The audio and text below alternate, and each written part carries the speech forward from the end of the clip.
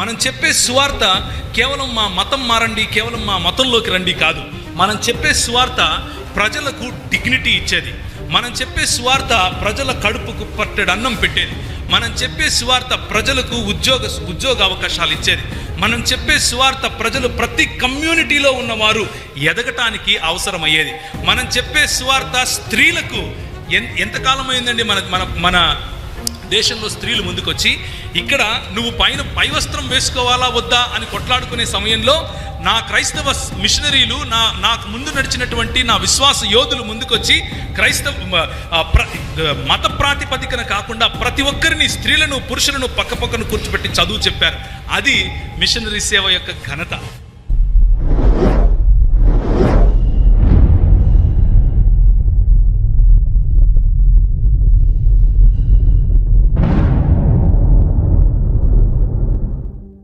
నేను ఎందుకు ఈ మాట చెప్తున్నాను అని అంటే, మనం కనుక ఒక స్టెప్ ముందుకేస్తే, if you can take one step forward, nothing is impossible my brother.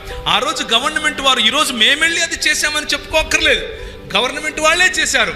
కానీ అలా చేయటానికి కారణం ఎవడో ఒక క్రైస్తవుడు. దేవునికి స్తోత్రం కలుగును గాక. He is insignificant. వాడు ప్రాముఖ్యం కాదు, వాడు వెనుక ఉన్న భావజాలం ప్రాముఖ్యం, వాడు వెనుక ఉన్నటువంటి ఆలోచన పద్ధతి ప్రాముఖ్యం. ఏంటా ఆలోచన అనంటే, ప్రతి మానవుడికి డిగ్నిటీ ప్రభువు ఇచ్చాడు. ప్రతి మానవుణ్ణి ఆయన సమానత్వంలో ఆయన చేశాడు. ప్రతి మానవునికి హక్కుంది. ఆ హక్కు ఇవ్వటానికి క్రైస్తవుడు ముందుంటాడు. దేవునికి స్తోత్రం కలుగును గాక. అది మన సువార్త. మనం చెప్పే సువార్త కేవలం మా మతం మారండి, కేవలం మా మతంలోకి రండి కాదు. మనం చెప్పే సువార్త ప్రజలకు డిగ్నిటీ ఇచ్చేది. మనం చెప్పే సువార్త ప్రజల కడుపుకు పట్టెడు అన్నం పెట్టేది. మనం చెప్పే సువార్త ప్రజలకు ఉద్యోగ అవకాశాలు ఇచ్చేది. మనం చెప్పే సువార్త ప్రజలు ప్రతి కమ్యూనిటీలో ఉన్నవారు ఎదగటానికి అవసరమయ్యేది. మనం చెప్పే సువార్త స్త్రీలకు ఎంతకాలం అయిందండి మన దేశంలో స్త్రీలు ముందుకొచ్చి ఇక్కడ నువ్వు పై వస్త్రం వేసుకోవాలా వద్దా అని కొట్లాడుకునే సమయంలో నా క్రైస్తవ మిషనరీలు నాకు ముందు నడిచినటువంటి నా విశ్వాస యోధులు ముందుకొచ్చి మత ప్రాతిపదికన కాకుండా ప్రతి ఒక్కరిని, స్త్రీలను పురుషులను పక్కపక్కన కూర్చోబెట్టి చదువు చెప్పారు. అది మిషనరీ సేవ యొక్క ఘనత. నువ్వు పై వస్త్రం వేసుకోవాలా వద్దా అని మాట్లాడుకునే రోజుల్లో, ఈ స్త్రీని లోపలికి రానిచ్చాలా వద్దా అని మాట్లాడుకునే రోజుల్లో, నా దేవుణ్ణి ఈ స్త్రీ మరి నెల వచ్చింది కాబట్టి తాకకూడదు అని చెప్పే నీ రోజుల్లో పక్కన కూర్చోపెట్టి కాలేజ్ చదువులు చెప్పారు. అది క్రైస్తవ సేవ. ఈ క్రైస్తవ సేవ కారణంగానే ఈరోజు భారతదేశం ఏమైందో అది ఉంది. లేకపోతే మీరు చెప్పండి, ఎందుకు ఆఫ్ఘనిస్తాన్ మన నుంచి విడిపోయింది? ఎందుకు మన నుంచి మరి సెంట్రల్ ఏషియాలో ఉన్నటువంటి కొన్ని ప్రాంతాలు విడిపోయాయి? ఎందుకు మన నుంచి ఇప్పుడున్నటువంటి బలోచిస్తాన్ విడిపోయింది? ఎందుకు మన భూభాగం నుంచి నేపాల్ పక్కకు వెళ్ళిపోయింది? ఎందుకు మన భూభాగం నుంచి భూటాన్ పక్కకు వెళ్ళిపోయింది? ఎందుకు మన భూభాగం నుంచి ఈరోజు నార్త్ ఈస్ట్ పక్కకి వెళ్ళాలని ఆలోచిస్తుంది? ఎందుకు మన భూభాగం నుంచి కశ్మీర్ పక్కకి వెళ్ళాలని ఆలోచిస్తుంది? ఎందుకు శ్రీలంక ఒకప్పుడు మనదైనప్పుడు పక్కకి వెళ్ళిపోయింది? ఎందుకు ఇంతవరకు రంగూన్ ఒక దేశంగా మనలో ఒక భాగంగా ఈస్ట్ ఇండియా వాళ్ళు కలిపితే మనం పోగొట్టుకున్నాం? ఎందుకో తెలుసా? విభజించి పాలించే భేదములుండును అనే ఈ ఆలోచన పద్ధతి కారణంగా నేను గొప్పరా నీకంటే, నేను గొప్పరా నీకంటే, నేను గొప్పరా నీకంటే అని చెప్పుకుంటూ మన వాళ్ళను మనం విడదీసుకున్నాం. కాబట్టి విభజించు విభజించు విభజించు, సామదాన భేద దండోపాయాలు ఉపయోగించు అని చెప్పి లాస్ట్కు బొచ్చ చిక్కింది. ఇది మన బతుకు. మనం ఇప్పుడు ఏమంటున్నామంటే, భారతదేశాన్ని క్రైస్తవులు వచ్చి విడగొడుతున్నారు అంటున్నారు. ఈ కొంచెం సిగ్గుండాలి మాట్లాడటానికి. క్రైస్తవులు కలిపారు. క్రైస్తవులు భారతదేశంలో ఆఫ్ఘనిస్తాన్ కలిపారు. ఒకప్పుడు మొఘళ్ళు దాన్ని పక్కన వేరే దేశంగా చేస్తే ఈస్ట్ ఇండియా కంపెనీ వచ్చిన సమయంలో వారిని కలిపారు. క్రైస్తవులు ఈస్ట్ ఇండియా కంపెనీకి సంబంధమే లేదు అసలు. అయినా కానీ ఈస్ట్ ఇండియా కంపెనీ ద్వారా వచ్చినటువంటి మిషనరీలు సాంస్కృతికంగా వారిని ఏకం చేశారు. సాంస్కృతికంగా కశ్మీర్ను కలిపారు, సాంస్కృతికంగా బలోచ్ను కలిపారు, సాంస్కృతికంగా గిలిగిట్ను కలిపారు, సాంస్కృతికంగా మరి ఇప్పుడు వెలివేయబడుతున్నటువంటి రాష్ట్రాలుగా పిలువబడే నార్త్ ఈస్ట్ ఇండియాను కలిపారు, సాంస్కృతికంగా ఇప్పుడు విడిపోయినటువంటి బంగ్లాదేశ్ను కలిపారు. విడగొట్టింది మీరు. ఎందుకు? నేను నీకంటే గొప్ప అనే జాత్యాహంకారం కారణంగా. ఈ జాత్యాహంకారం, భేదములుండును అనే మాట బైబిల్లో ఆనాడే చెప్పారు. నువ్వు భేదాలు సృష్టిస్తూ ఉండు, ప్రజలను విడగొడుతూ ఉండు. నువ్వు సమానము, మనం ఒకటి అని చెప్పేవారు వస్తారు. వారి ముందు నువ్వు నిలవలేవు అని దేవుని వాక్యం చెప్తా ఉంది. దేవునికి స్తోత్రం కలుగును గాక. 1833లో మరి నరేన్ చెప్పినట్లుగా ఒక చార్టర్ రాశారు. అంతకు ముందు వరకు కూడా మరి క్రైస్తవ మిషనరీ సంస్థలు ఈ దేశంలో రాకుండా, మిషనరీ వ్యవస్థ ఇక్కడికి రాకుండా ఈస్ట్ ఇండియా కంపెనీ వాళ్ళు అడ్డుకున్నారు. ఈస్ట్ ఇండియా కంపెనీ వాళ్ళు ఏదో క్రైస్తవులు అని వీళ్ళు అంటున్నారు ఇప్పుడు, కానీ ఈస్ట్ ఇండియా కంపెనీ వాళ్ళు క్రైస్తవ్యానికి వ్యతిరేకులు, ద్రోహులు. ఈస్ట్ ఇండియా కంపెనీ వాళ్ళు క్రైస్తవ్యం ఇక్కడ రాకుండా ఆపినటువంటి వారు. ఈస్ట్ ఇండియా కంపెనీ వాళ్ళు ఈ దేశానికి క్రైస్తవ్యం ఒకవేళ వస్తే వాళ్ళు ఎడ్యుకేట్ అవుతారు, ఒకవేళ వస్తే వాళ్ళు చదివితే మాకు వ్యతిరేకంగా పోరాడతారు అని భయం కలిగి వాళ్ళని ఇక్కడికి రానివ్వలేదు. ఆ సత్యం కూడా తెలియనటువంటి వారు. అయితే జీగన్బాల్క్ గారు 1673లోనే ఇక్కడికి వచ్చారు. 1715, 1717లో 2 స్కూల్స్ స్థాపించారు. అలా ఎడ్యుకేషనల్ ట్రస్ట్స్ వాళ్ళు ఎప్పుడు 1600 చిల్లరలోనే వాళ్ళు స్థాపించి 1700 చిల్లరలోనే ఇక్కడ మనకు స్కూల్స్ స్థాపించి, ఎక్కడ చెన్నై ప్రాంతంలో, అంటే ఇప్పుడున్నటువంటి తమిళనాడు ప్రాంతంలో మన కోసం సేవ చేస్తే వాళ్ళేమో దేశానికి ద్రోహులు, మనల్ని విడగొట్టి దేశాన్ని విడగొట్టి చీల్చి తునాతునకలు చేసే ఈ భావజాలమేమో దేశభక్తులు. ఇంతకంటే గొప్ప జోక్ ఇంకొకటి ఉండదు. క్యాథలిక్ మిషనరీలు 1505లోనే వచ్చారు. విజయనగర సంస్థానాధీశులు వాళ్లకు లెటర్ రాసి, అయ్యా మీరు చెప్పే జ్ఞానం ఏదో బాగుందంట, దీనికి కావలసిన దాఖలాలు ఎవరికైనా కావాలి, ఎవిడెన్సెస్ కావాలి అని అంటే నన్ను అడగండి, నేను రిటర్న్ డాక్యుమెంట్స్ నేను మీకు ఇస్తాను. 1505లో వాళ్ళు వచ్చినప్పుడు 143 మంది మిషనరీస్ వాళ్ళు పిలుచుకొని విజయనగర సంస్థానంలో వాళ్ళు వచ్చి అక్కడ మాట్లాడి వాళ్ళతో సరే మేము చేస్తాము అని చెప్పి సౌత్ ఇండియా ప్రాంతం అప్పటికే మరి మిషనరీ పరిచర్య గురించి తెలుసుకున్నప్పుడు వారిని వ్యతిరేకించారు, మీరు రావద్దు అని చెప్పారు. వాస్కో డి గామా ఆ ప్రాంతంలో, గోవా ప్రాంతంలోకి వచ్చినప్పుడు మొట్టమొదటిసారిగా అక్కడ ఉన్నటువంటి గవర్నర్ గారు మరి సెయింట్ ఫ్రాన్సిస్ గారు ఇక్కడికి వచ్చినప్పుడు అక్కడ ఉన్నటువంటి కుష్ఠరోగులను సజీవంగా ఇసుక దెబ్బల్లో తోడి వాళ్ళని పూడ్చిపెట్టేవాళ్ళు. ఎందుకు అనంటే ఆ కుష్ఠరోగిని తాకితే నాకు కుష్ఠరోగి వస్తుంది, వాడి కర్మకు వాడు చావాలి అని అన్నారు. నా కర్మను తల మీద వేసుకున్నాడు నా ప్రభు, ఎవరు గొప్ప అంటారు? నీ కర్మ కాదురా, నేనున్నా నీకోసం అని నా కోసం చనిపోయిన ప్రభు దగ్గరికి నేను వెళితే తప్పెలా అవుతుంది? నీ కర్మకు నువ్వు చావురా అని చెప్పి నన్ను వదిలేసిన వాడి దగ్గరికి నేను ఎందుకు వెళ్ళాలి అని తిరిగి ప్రశ్నించండి. ఇది క్రైస్తవ సువార్త. క్రైస్తవ సువార్త ఏంటి అని అంటే, ప్రతి ఒక్కడు వాడు కుష్ఠరోగైనా సరే వాడిని పూడ్చిపెడుతున్నారు, అది తప్పు. వాడికి బ్రతికే హక్కు ఉంది, వాడు దేవుని స్వరూపంలో ఉన్నాడు, దేవుని పోలికలో వాడు చేయబడ్డాడు అని చెప్పినటువంటి భావజాలం క్రైస్తవ భావజాలం. మనం ఏం చేశాం ఈ దేశానికి అని ప్రశ్నించే వారికి ఈ మాట చెప్పండి. కుష్ఠరోగుల కోసం నువ్వు ఎప్పుడైనా నీ ఇల్లు తెరిచావా? కుష్ఠరోగుల కోసం ఇల్లొద్దు, నీళ్ళు ఇచ్చావా ఒక్క చెంబు? నా పెద్దలు వాళ్ళ కోసం జీవితాలు సమర్పించారు, నా పెద్దలు వాళ్ళ పుండ్లు కడిగారు, నా పెద్దలు వాళ్ళకు కట్లు కట్టారు, నా పెద్దలు వాళ్ళు ఉమ్మేస్తూ ఉంటే, వాళ్ళు కక్కుతూ ఉంటే చేత్తో పట్టుకున్నారయ్యా, నీ జన్మలో చేయగలవా నువ్వు అని అడగండి. క్రీస్తు ప్రేమకున్నటువంటి శక్తి అది. నిర్మించారు ఎవరైనా ఈ దేశాన్ని అని అంటే అది మనం. దేవునికి స్తోత్రం కలుగును గాక. ఈ దేశానికి ఎవరైనా పునాదులు వేశారు సమానత్వం పట్ల అనంటే అది మనం. దేవునికి స్తోత్రం కలుగును గాక. విడదీశారు ఎవరైనా అనంటే ఈరోజు వస్తున్నటువంటి ఈ కాషాయ గుండాలు. విడదీసి విభజించి పాలించింది వీళ్ళు, కలిపింది సమానత్వం ఇచ్చింది మనం. 1542 నుంచి వచ్చినటువంటి జెస్యూట్ మిషనరీస్ గురించి మీకు సమయం దొరికినప్పుడు ఒకసారి చూడండి. ఇక్కడ డినామినేషనల్ లేకపోతే ఎవరు సరైన సంఘం ఎవరు సరైన సంఘం కాదు అన్న విషయం గురించి మాట్లాడుకోవటం లేదు. క్రైస్తవ భావజాలం ఉన్నవారు ఈ దేశానికి ఏం సేవ చేశారు అన్న విషయం గురించి మాట్లాడుకుంటున్నాం. ఆ విషయాన్ని కనుక ఒకసారి చూసినట్లయితే గోవా ప్రాంతంలో జరిగినటువంటి సేవ, ఈ భారతదేశానికి వచ్చిన మొట్టమొదటి ప్రింటింగ్ మెషిన్, నీకు బట్టలు వేసుకోవడం చేతగాని సమయంలో ప్రింటింగ్ మిషన్ ఇక్కడికి తీసుకొని వచ్చారు. ఎవరు? క్రైస్తవ మిషనరీ. దేవునికి స్తోత్రం కలుగును గాక. ఇక్కడ మన తెలుగు ప్రాంతాల గురించి కొన్ని విషయాలు మాట్లాడుకొని నేను ముగిస్తాను. తెలుగు ప్రాంతాలలో ఇక్కడ మన ఊళ్ళలోనే రేణుకా ఎల్లమ్మ గుళ్ళు ఉంటాయి. ఆ రేణుకా ఎల్లమ్మ గుళ్ళకు ఉన్నటువంటి కథ చెప్తాను. ఎందుకు ఈ రేణుకా ఎల్లమ్మ గుళ్ళు ఉన్నాయి, ఏంటి దీని కథ అన్నది. ఇది ఒక దళిత్ స్ట్రగుల్. ఇక్కడ నగ్నంగా ప్రజలు ఆరాధించేవారు. చంద్రగుట్టి అన్నటువంటి ఒక ఇన్సిడెంట్ జరిగింది 1980లో. 1800 కాదు, 1986 గురించి మాట్లాడుతున్నాను. ఇది పబ్లిక్ ఇంట్రెస్ట్ లిటిగేషన్ బిల్లు ఒకటి వేశారు హైకోర్టులో ఏమని వేశారు అని అంటే, ఇక్కడ ఏదైతే నగ్నంగా ఆరాధన చేస్తున్నారో ఫలానా ఎల్లమ్మ గుడి దగ్గరికి వెళ్ళి దళిత జోగిని వ్యవస్థ గురించి మాట్లాడబోతున్నాను, వెళ్ళి ఏదైతే ఆరాధన చేస్తున్నారో అది తప్పు, అది దీనికి వ్యతిరేకము అని చెప్పినప్పుడు అప్పటికి ఈ పిల్ వేసింది ఆమి కార్మికాయల్ గారు పనిచేసిన సమయంలోనే, చాలా పాతకాలంలోనే పిల్ వేశారు. అప్పుడున్నటువంటి గవర్నమెంట్ అంటే విక్టోరియా రాణి యొక్క గవర్నమెంట్, బ్రిటిష్ పాలన సమయంలోనే ఆ పిల్లు వేస్తే వాళ్ళు అన్నారు, అయ్యో మీరు పిల్లు వేస్తున్నారు, ఈ జోగిని వ్యవస్థకు వ్యతిరేకంగా పిల్లు వేస్తే, అంటే నాచ్ అనే కమ్యూనిటీకి వ్యతిరేకంగా పిల్లు వేస్తే అది బ్రాహ్మణ వాదానికి వ్యతిరేకంగా పిల్లు వేస్తున్నట్లు మీరు అని అడిగారు. వీరు వెళ్ళి అడిగారు, ఎందుకయ్యా మీ స్త్రీలు నగ్నంగా నాట్యం చేయడం మీకు ఎందుకు ఇష్టం? మీ స్త్రీలు అక్కడికి వెళ్ళి నగ్నంగా వాళ్ళ ముందు నాట్యం చేస్తూ ఉంటే మీకు ఏం అంత ఆనందం ఏంటి? అందులో గౌరవం ఏముంది అంటే వాళ్ళు చెప్పారు, ఇది మా సంస్కృతి అన్నారు. ఇది మా సంస్కృతి అన్నారు. బట్టలుడు తీసే సంస్కృతి నీదైతే నాకు బట్టలు ఇచ్చి గౌరవం ఇచ్చారయ్యా మా వాళ్ళు, ఎందుకు దేవుని రాజ్యం రాదనుకుంటాను నేను? తప్పకుండా వచ్చి తీరుతుంది, దేవునికి స్తోత్రం కలుగును గాక. నీకు బట్టలు ఇవ్వకపోతే అది నీ సంస్కృత, నాకు బట్టలు కప్పితే నేను అమ్ముడిపోయినట్లా?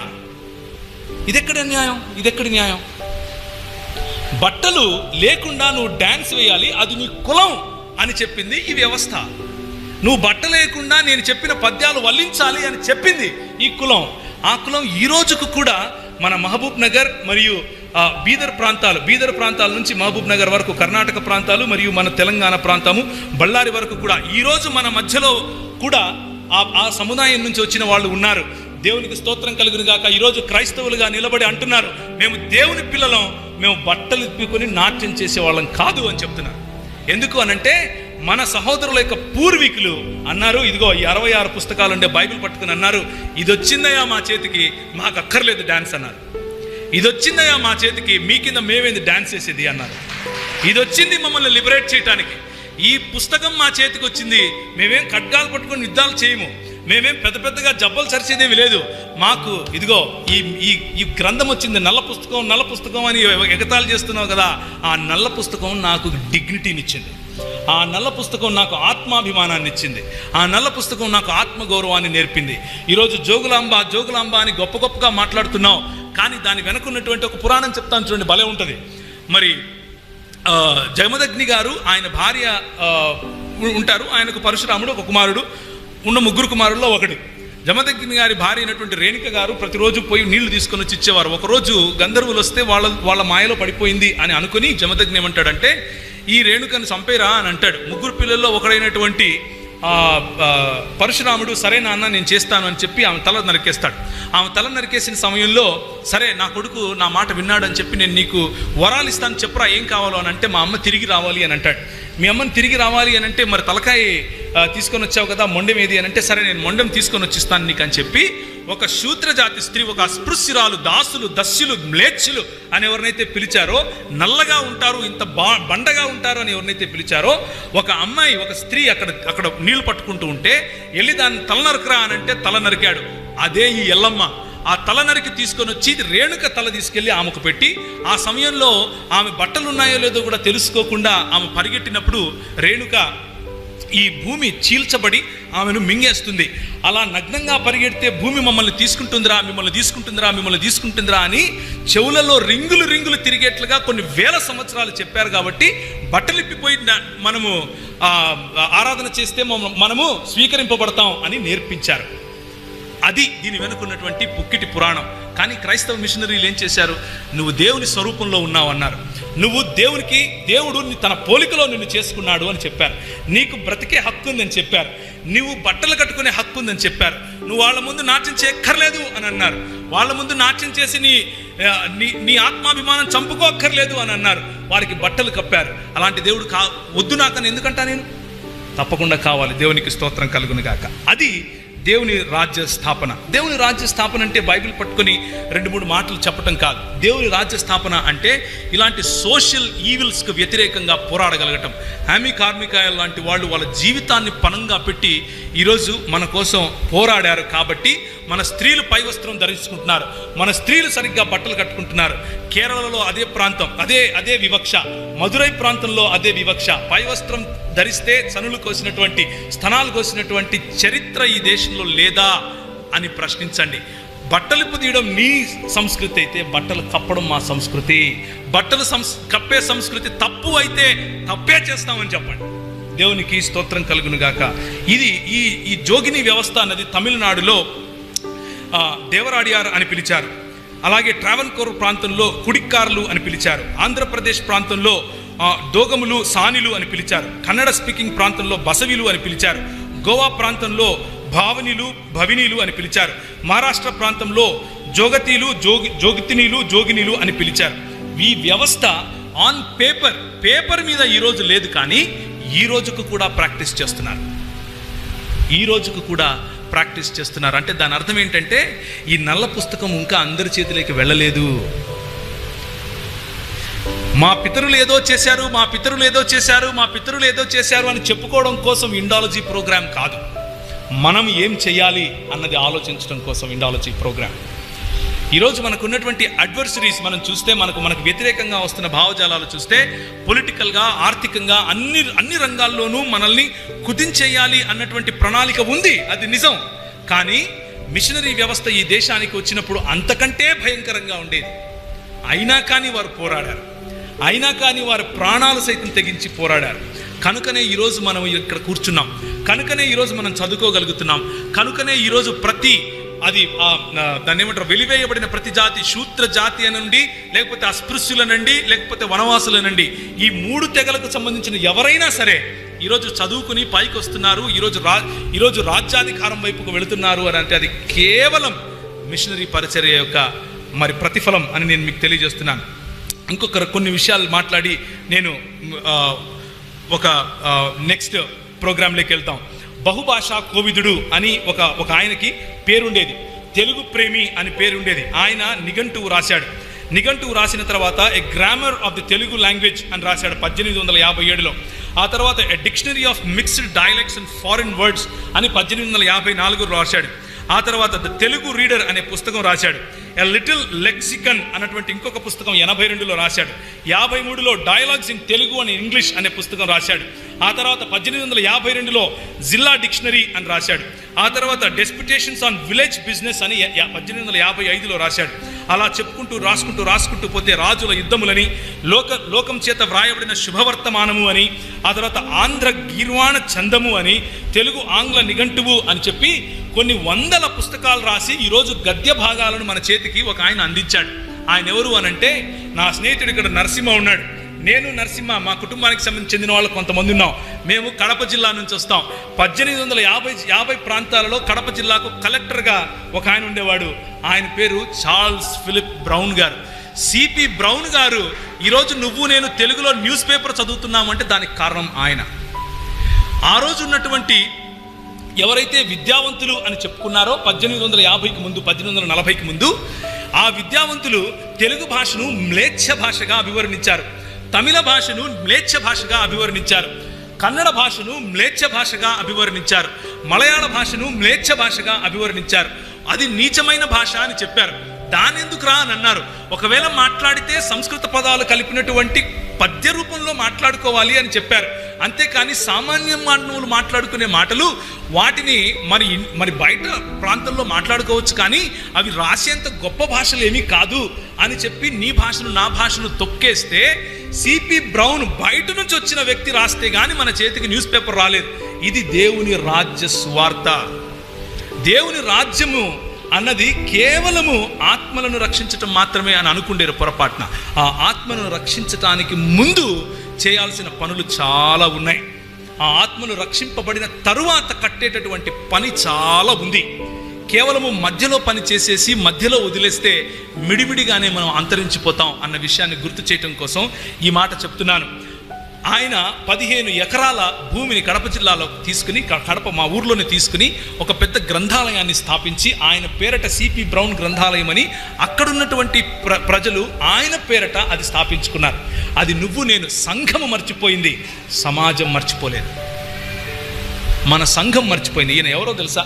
సిపి బ్రౌన్ గారు ఒక మిషనరీ కొడుకు. బెంగాల్ ప్రాంతంలో వీరు పరిచర్య చేసే సమయంలో ఆయన ప్రార్థన చేస్తూ ఉండగా మరి ఈ రాయలసీమ ప్రాంతానికి ఆయన ట్రాన్స్ఫర్ చేయబడ్డాడు. రాయలసీమ ప్రాంతంలో ఉన్న భాషను, ఆ సంస్కృతిని, ఆ కల్చర్ను చూసి ప్రేమలో పడ్డాడు. ప్రేమలో పడి వాళ్ళని ప్రేమించి వారి కోసం తన జీవితాన్ని సమర్పించాడు. ఆయన కలెక్టర్గా ఉండి మరి సుఖవంతమైన జీవితం జీవించాలి. ఆయన he was the district administrator. ఆయన కలెక్టర్గా ఉండేవాడు.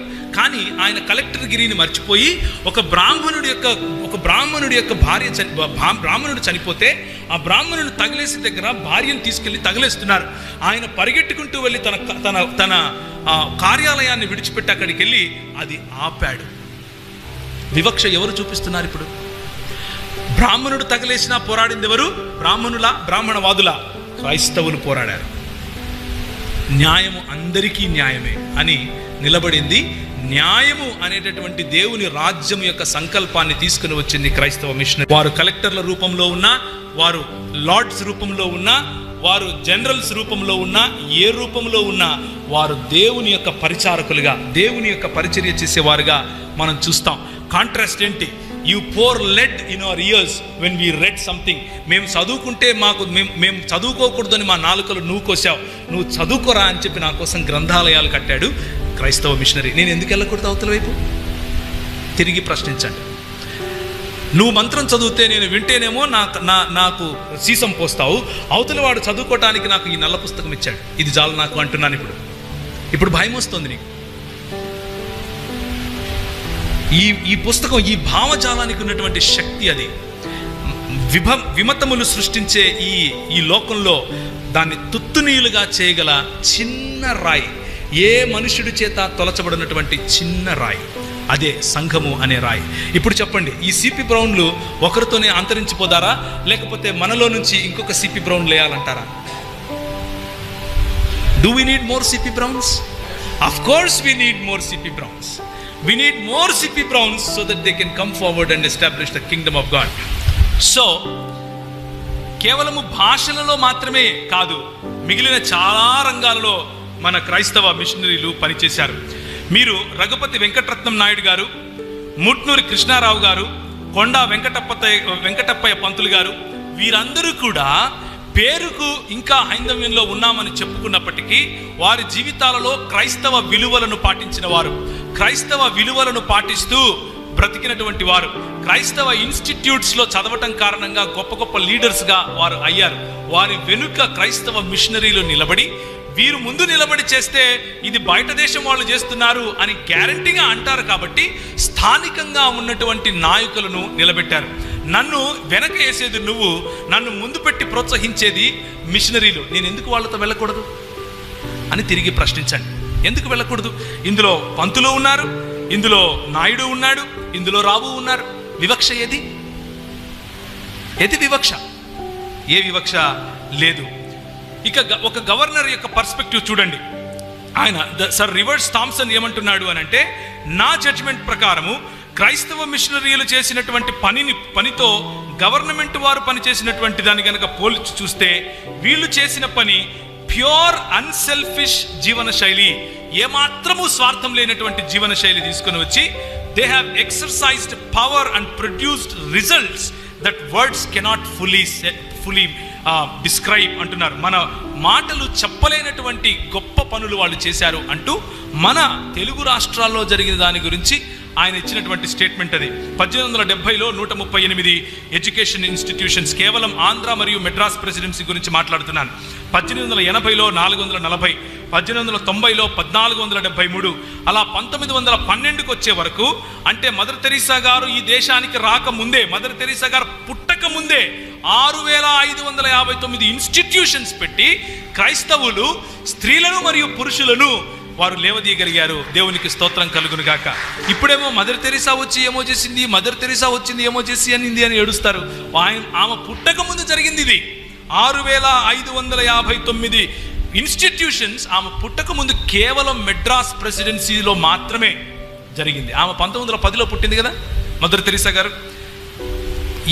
ఏ కమ్యూనిటీస్ ఇంపాక్ట్ అయ్యాయి? చాలా మంది ఇది ఒక ఫ్యాషన్ వీళ్ళకి, అంటే రైస్ క్రిస్టియన్స్ అని ఉదయం నవీన్ అన్నాడు కదా, వీళ్ళకు ఒక ఫ్యాషన్ ఏమంటూ ఉంటారంటే, ఎవరైతే సామాజికంగా వెనకబడిన వారో వాళ్ళ దగ్గరికే వీళ్ళు వెళ్తారు. ఎక్కడికి వెళ్తారు చూడండి, వెలమల దగ్గరికి వెళ్ళారు, కమ్మల దగ్గరికి వెళ్ళారు, కాపుల దగ్గర అంటే కాపులు రెడ్ల దగ్గరికి వెళ్ళారు, మాలలు కోమిట్లు, తర్వాత కంసాలులు, మాదిగలు, ఎరుకలు, కోయలు, కాజీలు, గొల్లవాళ్ళు, రాజులు, లంబాడీలు, అలాగే బ్రాహ్మణులు కూడా.